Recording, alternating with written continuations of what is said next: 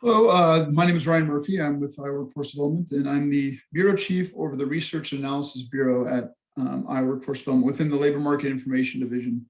And really our job within the Labor Market Information Division is to collect, analyze, and report data regarding the labor market. So one of the most prominent numbers that comes out of our shop is the unemployment rate for the state and local areas like the county, and we do have some select cities and metros that do have labor force information gets put out monthly. So there's a couple of things of our biggest products.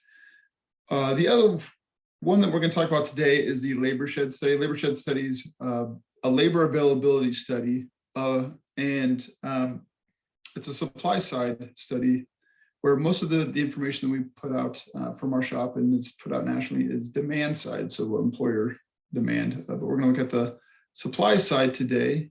And first of all, you're probably asking yourself, let's make sure I can go through the slides here. What is a laborshed? Well, a laborshed is similar to people are more familiar with watersheds. You have streams, lakes, creeks, rivers.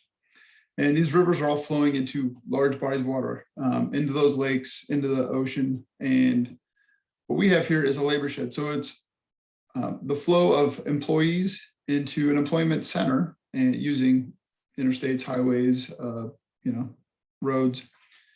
And laborshed study purpose is to document the labor market area of a given community. So how large is the footprint? Where does the community get its labor from?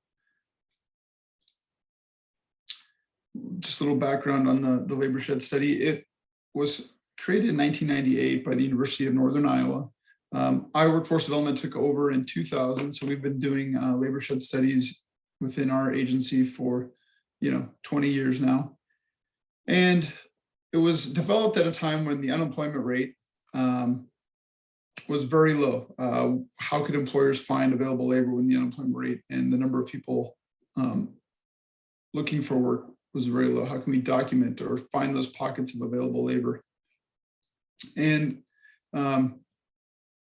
as we've moved past some of the impacts of the COVID-19 pandemic, and employers are now looking to fill jobs and find that available labor, the Laborshed study is no more important now than it ever has been. So we're going to get into the process, kind of how the Laborshed study is conducted, the methodology.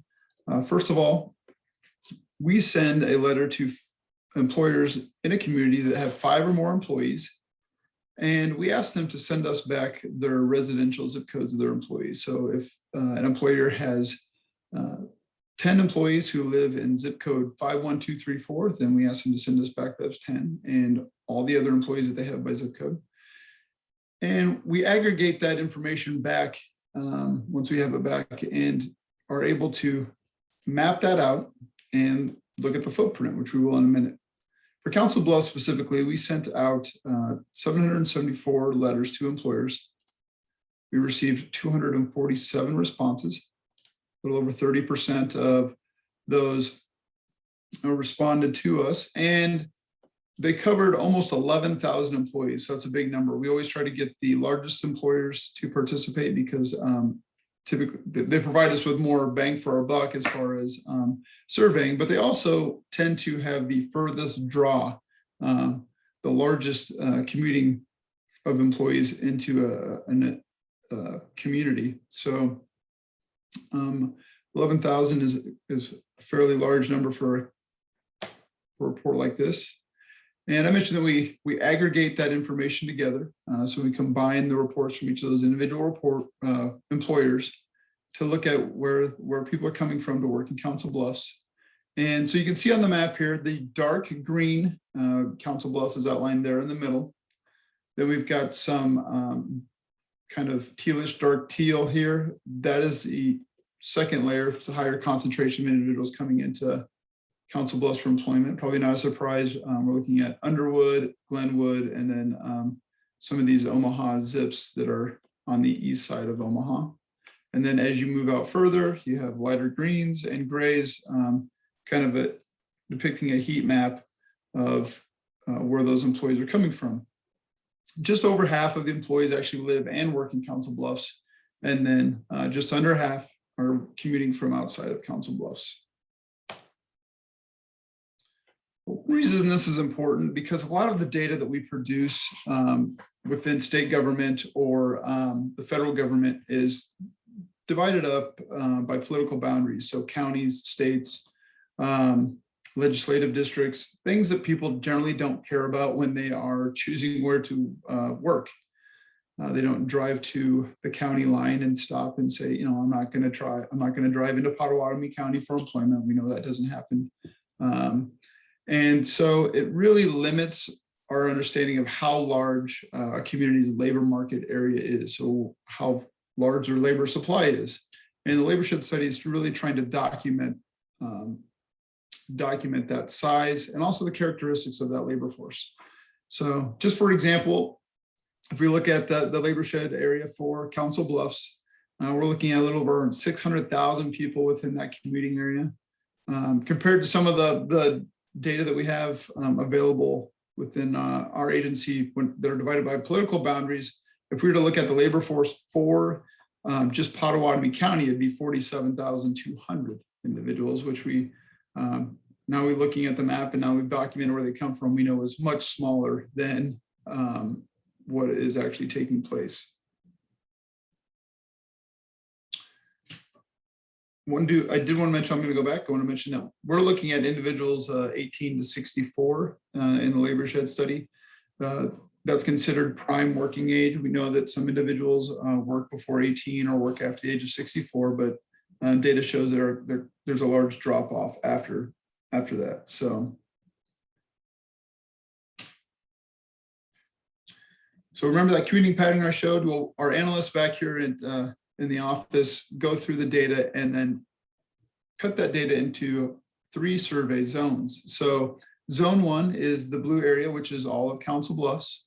Then we've got the darker or the lighter teal, zone 2, that's what we call it. So that has a higher concentration of employees coming into Council Bluffs for employment and also within 20 miles of Council Bluffs.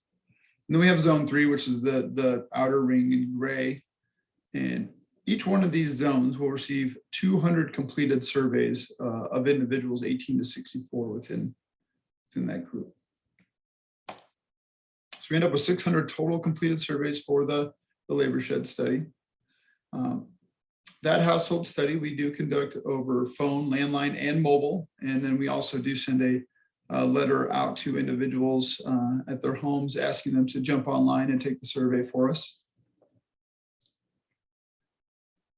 This survey documents the workforce. It documents what that labor supply looks like, which is important to employers, existing and prospective employers. Some of the questions we ask in that survey, we ask people, first of all, their employment status. Are they employed, unemployed? Are they a homemaker? Are they retired? What are their occupations? What industries do they work in? What current benefits do they have? What desired benefits? What are their current wages or salaries? Get a little demographic information from them regarding their age, gender, education level. And then also one that's really unique is job search resources. We'll cover some of these in the presentation as well, but this is where we ask individuals, how are you looking for, if you're looking for a job, what methods are you using? And if so, can you provide us with those websites and newspapers if you're using those? And we'll go into more detail, a couple of slides here. One of the most important questions that we ask in the Laborshed study is how likely someone is to change employment if they're currently employed or accept new employment if they're unemployed. And we'll focus on a couple of those groups here also in the presentation that are likely to accept or change employment. We're going to look at the statistical model, which is kind of part 3 of the Laborshed study. We partner with the University of Northern Iowa's statistics department, and annually they update a workforce model for us. So this model tries to estimate the number of people who are likely to change or accept employment in Council Bluffs or any given community based upon factors like the age of the area, the willingness to commute, the education levels, the gender breakout, the wages being paid, and how far the commute is. So the model takes into consideration how far zip code A is from zip code B, and the further apart those zip codes are, the less likely the people in those zip codes are to travel to Council Bluffs in this case. That is updated annually, so fairly current. If we were to look at the model, the total likely to commute into Council Bluffs for an employment opportunity, 173,617. So this includes employed who are likely to change. This includes individuals who are not employed, but likely to accept employment.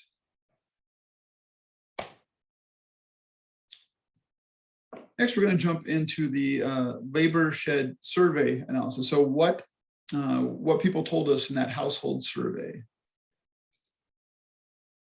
The first group we're going to focus on are the employed. As you can see, it's about split 50-50 between male and female. Average age was 43. A small percentage speak more than one language in their household, but of those who do, not a surprise, most of them are speaking Spanish. Now looking at our bar charts over here to the right, we've got 83.5% said they're employed, just under 10% are unemployed, and 3.2, 3.5 are homemakers or retired. I want to point out this 9.8% that said they're unemployed, much different than what you see that's put out by the Bureau of Labor Statistics from U.S. Department of Labor on a monthly basis. The reason for that is we simply ask the question, are you employed, unemployed, homemaker, retired? The Bureau of Labor Statistics has a much more stricter definition of unemployed. They have, for example, you must be available for work and looking for work to be considered unemployed in their figures. So I just want to point out that these are not the same. Now we do have some numbers that I'll point out to you that are will get us closer to the unemployment rate that we've seen. For example, to look at my notes, looking at Pottawatomie County, currently the unemployment rate's at 3.7%, and then Council Bluffs 4.2%, and that's as of August 2021. Actually, I jumped ahead too quickly. I'm sorry. The bar charts on the right here. Now this is where we get into the likeliness to change or accept employment. 28.7% of the employed, so just over 1 out of 4 of them, have told us that they are likely to change employment for the right opportunity. Look at those unemployed, we're looking at about 2/3 are likely to accept employment. Not quite half of the homemakers are likely to accept employment, but still significant portion, 42.1%. And then retirees at 14.3%, which is typical. Usually retirees, once they're retired, they are much harder to get back into the workforce. Looking at the education level of those who are employed, almost 84% have some education beyond high school. Very small percentage have less than high school diploma. We're looking at almost 30% have a bachelor's degree, 12.6 have an associate degree, and then just over 10% have a post-bachelor's degree, a master's, doctorate, professional degree. That 83% does include include individuals who did start some post-secondary education but did not complete. So that's that almost 23% green slice of the pie over on the right. Okay, so what industries are the employed working in? Well, they're working in the wholesale and retail trade industries. We have healthcare, finance, professional services. And I did some comparisons to some of the other data sources that we have regarding industry. And this really does mirror what we're seeing. If you look at Pottawatomie County, the top employing industry is healthcare, retail, and you have manufacturing, accommodation, food services. And these are all very, very similar. Just over 5,000 in healthcare, just over 5,000 in retail, just over 5,000 in manufacturing, and just under 5,000 in accommodation food services. So those four industries make up almost 55% of the employment in Potawatomi County.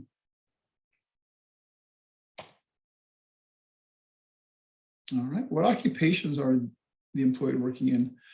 Just over a third are working in a professional, paraprofessional degree, or these are your accountants, teachers, nurses, not managers, I'm sorry, supervisors. So these are what you would consider, typical white collar positions. Then you have your production, which 17.6%. These would be mostly considered your blue collar occupations. You've got, machine operators, welders, forklift operators, material movers, construction electricians, that kind of occupations are what would be included in that production, followed by clerical and then managerial.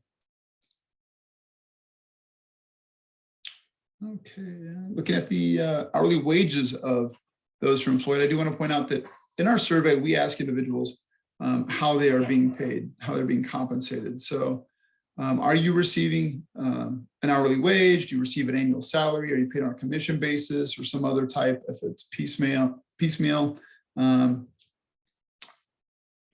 For this instance, we're going to look at just those who are told us they are hourly wage earners, but we're not going to do any calculations to try to figure out an annual salary for this group. We keep our groups separate based upon the type of pay that they receive. So again, those hourly wage earners, $19 per hour was the median wage, which is, if you had 5 people, the third person in the middle is earning a $19 an hour. Just over half are earning an hourly salary or hourly wage. Sorry about that. Now, if you look at by industry, you have construction at $27.50 for the median hourly wage. So again, that person in the middle is making $27.50, followed by public admin and government. Then on the other end of it, we're looking at wholesale and retail trade at $13 per hour, and then education at $15.50.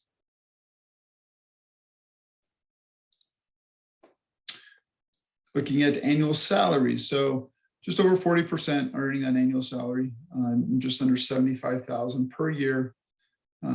Top employing industries by salary, you have public admin and government, followed by manufacturing, and then not too far behind construction and finance. So looking at the on the other end of it, personal services at $43,000 is the lowest paying for annual salaries. All right, now let's look at the hourly wage and annual salaries by occupation type. So these are very broad occupation categories, but still can provide some insight into what's being paid in the area. We're looking at professional, had the largest or the highest median hourly wage at $23.38, followed by the production workers at almost $23. And on the other end of it, we have sales and service, which sales typically includes your retail sales clerks and your cashiers, that type of work. And these are typically the lower paying two occupational categories. Looking at annual salary, managerial, probably not a surprise, has the highest annual salary at $90,000 per year, followed by sales at $70,000 per year. One thing to keep in mind is the median annual salary. Those who do receive an annual salary tend to be like sales representatives or sales account managers, those types of things. So while they're both in sales, they're different, doing different tasks in different capacities. Obviously compensated differently. One thing we do always like to look at is the pay by gender. So males, the median wage was $21.88 per hour, or $82,000 per year. Females at $16.50 per hour and $60,000 per year. That does include females do have higher concentrations of employment in lower paying occupations and in lower paying industries. All right, now the top benefits being paid to those who are employed full-time. So health, medical at the top, 90%. All of these are above, 80%. Pension, retirement, dental, paid holidays. These are very common top benefits being paid. I mentioned to the live group as well. If you're comparing this to older Laborshed studies, the methodology changed, so I would not compare the numbers of the two. Prior, we were basically answering a blank question of what benefits do you receive, and then we decided that we should give our survey takers a list, and apparently providing individuals with a list helps remind them that they do receive more benefits than they were telling us previously. So you will see increased numbers if you were comparing those two. Okay, so the next group we're going to focus on are those employed who told us they are likely to change employment. So our model tells us there's 152,000, almost 153,000 individuals in that Laborshed area that would be willing to accept employment in Council Bluffs for the right opportunity. We asked these individuals top reasons they change employment. The top one is better wages to almost 27%, followed by employer closure, and then better benefits and better hours. As we know right now, it is definitely a seller's market if you are selling labor. And economists across the country are calling it the Great Resignation, as people are looking to change careers and improve their situations by finding that employment that will pay them higher wages, provide them with more benefits, more flexible hours or better hours, so that really just they have the leverage here to pick situations that work best for them. All right, so stick with me on this. This slide can get a little confusing here, but looking at the employee likely to change, it's an even split of 50-50. Average age was 40 years old.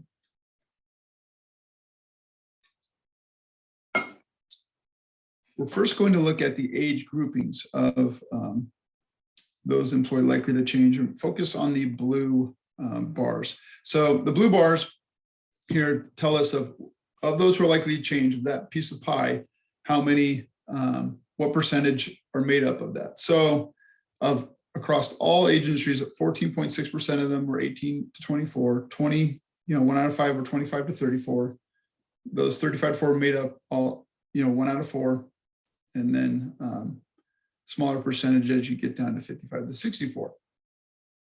Now the green bars are we're gonna take a look at within each age group. So the age group of 18 to 24, almost half of that group told us that they are likely to change employment.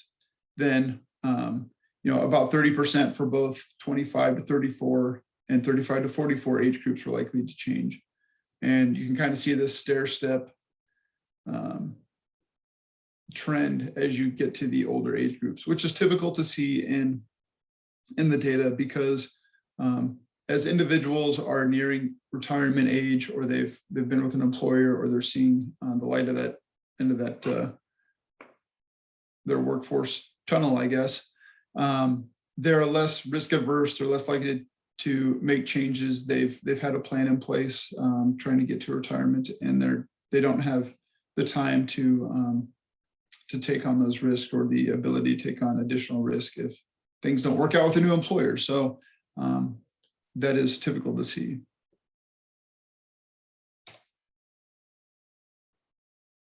Okay, looking at the employee likely to change by occupational category. Again, we're going to look at the blue charts. If we were to look at across all occupational categories, think of it as a pie. The clerical slice was about just under 20%. So 1 out of 5 would be found in the clerical occupation. Professional is the top one. Not surprised, because we had such a high number of professionals in our data, making up the largest occupational group, and then sales and service the smallest. But now if we look at the green bars, which I think is really important, is if I were targeting employees, the individuals working in sales, service, and clerical are the most likely to change within each one of their categories. Managerial is the least, but sales and service is typically has the highest percentage within their occupational groups that are likely to change. So 1 out of 3 for each of them. And one of the reasons for that is these occupations typically are occupations that can be low paying. They generally do not have as high, the benefits aren't as generous than some other industries or groups. Hours are more difficult. They're nights, weekends, holidays, just not a lot of flexibility there. So that's one reason that people considered are likely to change within those groups. If we look at the comparison wages and salaries of individuals who are likely to change and unlikely to change, and kind of the group as a whole, 2/3 of those who are likely to change are hourly wage earners. So 2 out of 3 of them. Remember, the all employed, if we're looking at everybody who's employed, it was $19 per hour, almost 75,000 per year for salary earners. Those unlikely to change, those who told us, no, I'm not going to change employment or accept new employment. I'm sorry, not likely to change employment. $22 per hour or 71,000 per year, compared to those who told us they are likely to change, almost $16 an hour or $80,000 per year. I think there's definitely a wage motivation, especially as we said, reasons to change employment earlier was better wages. There's definitely some wage motivation there for hourly earners. Not quite sure what's happening with the salary earners here. It could be that they are, they could have a work environment where they're working more hours than they would like, or having to work timeframes they like. Maybe it's stress. I'm not 100% sure what that's not typical of what we see, but we could do some more digging into that if necessary. Top desired benefits employee likely to change. Probably not a surprise. Health and medical, almost everyone. Paid vacation, 93%. Everything here is very high. Paid holidays, dental, pension, vision. Now, these aren't the only options that individuals taking the survey have. We can provide a full list if needed. If you want to know how many are interested in a fitness plan or childcare, that kind of thing, we can pull that out of the data. All right, looking at the commute of those who are employed likely to change. Currently, they're traveling 10 miles one way for employment or 16 minutes in the car. I like to point out that we ask both miles and minutes because a mile in Avoca, Iowa could take a minute or less. A mile in Des Moines, where I live, guaranteed to take more than a minute. So we want to make sure that we're documenting both. Willingness to commute. They're willing to travel 24 miles one way for right employment on average, or 34 minutes in the car.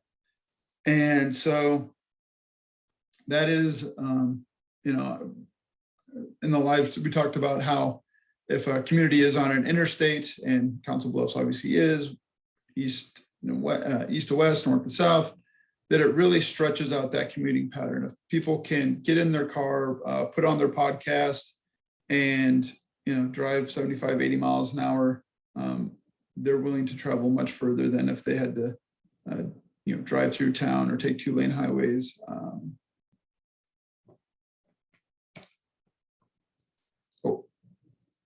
One thing I forgot to touch on, one thing that's important about knowing highways, sometimes people forget that, yes, they do bring, they can bring individuals to your community, but it also makes it easier for people in your community to travel out. So kind of a double-edged sword there. Job searches. So employed likely to change, looking at their job search, 1 out of 4 of those individuals who likely to change told us they are actively seeking new employment right now at the time of the survey. The 2 largest resources are the internet, probably not a surprise, and then almost half of the people told us they network through family and friends. And we've continuously hear employers tell us that some of their best employees and best luck comes from referrals from current employees. Or so something to keep in mind. We do ask the top websites that are being used, or we ask what websites they're using. They can give up to 4 or 5 websites they use for job searches. Indeed.com was number 1, followed by LinkedIn, Monster, and CareerLink. During the live show, we talked about how CareerLink has been around for a while. I know that working in this program for a while, we've seen that come up, and it's good that it's still sticking around, especially when you're competing against job boards like Indeed and Monster and LinkedIn that advertise during the Super Bowl. So, okay, now we're going to look at that 2 out of 3 individuals who told us that they're unemployed but likely to accept them, likely to jump back into the workforce. Our model tells us there's about 6,500 individuals in the Laborshed area likely to accept employment in Council Bluffs. This group is made as heavier towards females. Average age is 42. Almost 60% have been employed or unemployed for less than a year, and then about just over 40% we would consider probably long-term unemployed. A majority of them are working full-time. Top reasons for being unemployed: employer layoff or closing, health and disability issues, personality conflicts, or had negative conflicts with the employer, and fired from the previous employment. So not a real big surprise, man, that we do ask when the pandemic broke out, we started asking about pandemic related concerns joining the labor force again. When the labor market is tight, health and disability issues always comes to the top of why individuals are unemployed.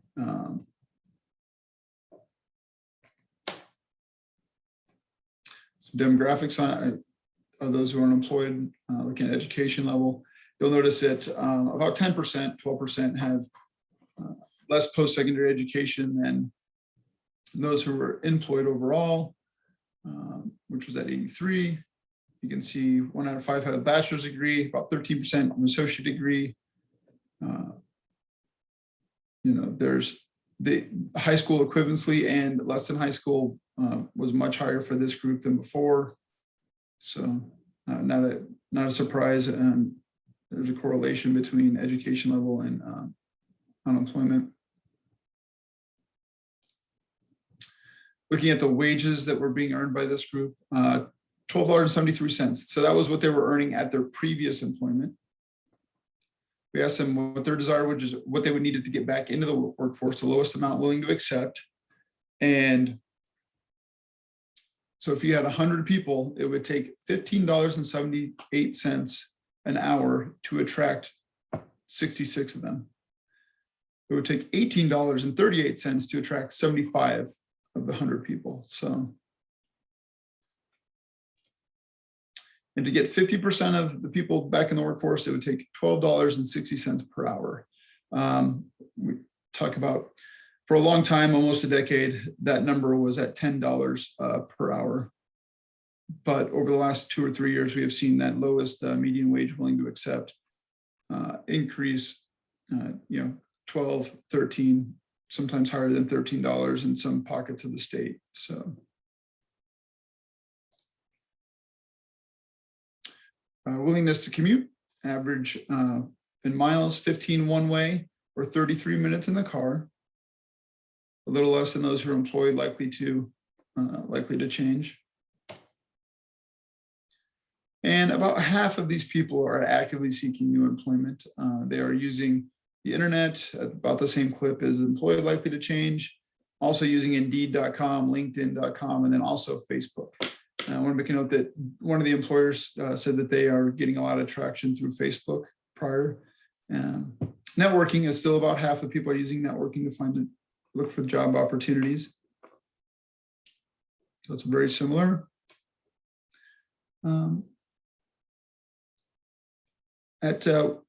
Within our shop, we do provide 4 industry reports based upon the occupations found in that industry and the responses that we received back from individuals. And the ones we provide are advanced manufacturing, biotechnology, healthcare, and then also warehouse and transportation. But we do have the ability to do additional ones. So if you're in the retail industry or accommodation food service industry, and you want to know more about people who have the skills or experience or currently employed in those occupations, we can run custom reports for you. That gives you an estimated available labor, their employment status, education levels, and where they're looking for jobs. This is very helpful because depending on the occupation you're trying to hire or the industry you're in, individuals do look for jobs in different places based upon this work. So if you're looking for IT, people working in IT, dice.com was very popular. Those who are working in production, construction, machine operating, maybe using iworks.org. And then you may have managers who are using ladder.com. There's just differences in those occupations. So we can kind of tease those out using this custom type of research. So if you do need one, please reach out to myself or let the chamber know, and we can run those for you. One thing I do like to point out, part of the Laborshed study that we do that's unique is within these reports, we do provide customized wages. So we have a team at iWorkforce Development that their sole purpose is to collect wage information from employers by occupation. So they send out a survey, and if you work in HR, you probably have seen one of these asking you what wages do you pay for certain occupations, and then if we get a response back, the team will call up and try to get more information about the tasks that individual does, so that they're dropping the Fuji apple in the Fuji bucket and the Honeycrisp in the Honeycrisp bucket. So we're counting these things appropriately and categorizing their wages. So that gives employers and individuals an idea of the wages being paid for specific occupations. So if you want to know what a truck driver was making in the area, what an accountant, a store clerk, a cashier, you can look these up. One thing that's unique that we do with Laborshed studies too is right now this information is typically put out by the state, local workforce development areas, and then metro areas, and then rural areas that aren't in a metro. But the Laborshed study is we actually produce these wage reports based upon the counties that show employees coming into Council Bluffs for employment. So again, based upon the counties in the Laborshed area. I think that's a really valuable resource because if you're in Council Bluffs, you're not just competing against employers for employees in Potawatomi County, or you're competing against employers in Omaha, in Glenwood, to Sioux City, because your Laborshed areas overlap. You're competing for the groups that you share labor market areas with. And so I think taking a step back and looking at the region as a whole is very important as you compete against other labor market areas for talent.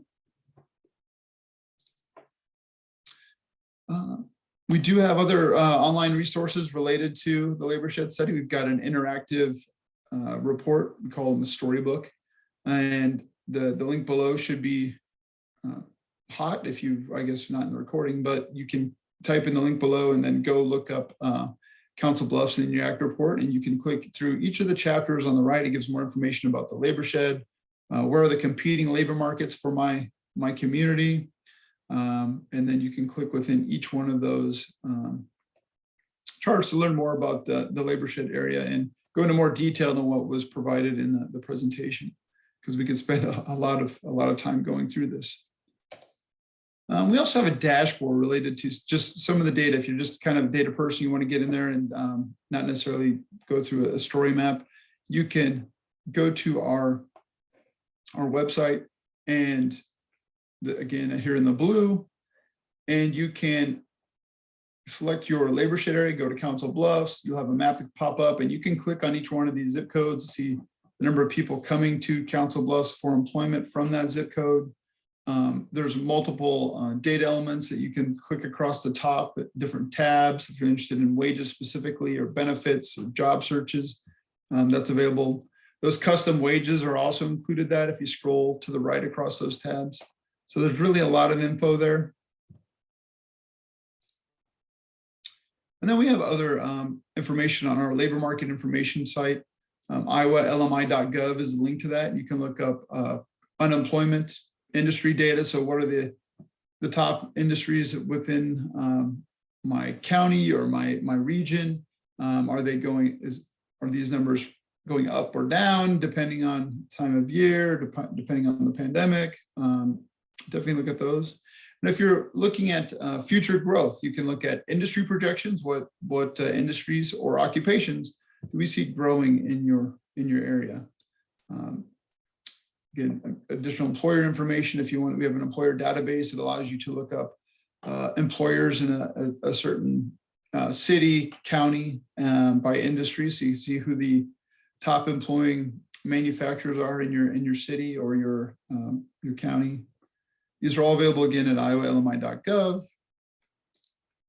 But if you get in there and you can't find what you're looking for, or you just don't have the time to look for it, and you need somebody to provide that information, please feel free to reach out to either myself, Ryan Murphy, or one of our Laborshed team leads, Katie Lippold. She does a great job. Either one of us will be able to at least answer the question for you, or find the person that can. That's what we're here for. So we want to make sure that we're providing you with information that help you make better decisions and understand your labor market areas more. That is really all I have for today. But again, please do reach out if you have any questions, and we'll happy to answer those or provide additional resources.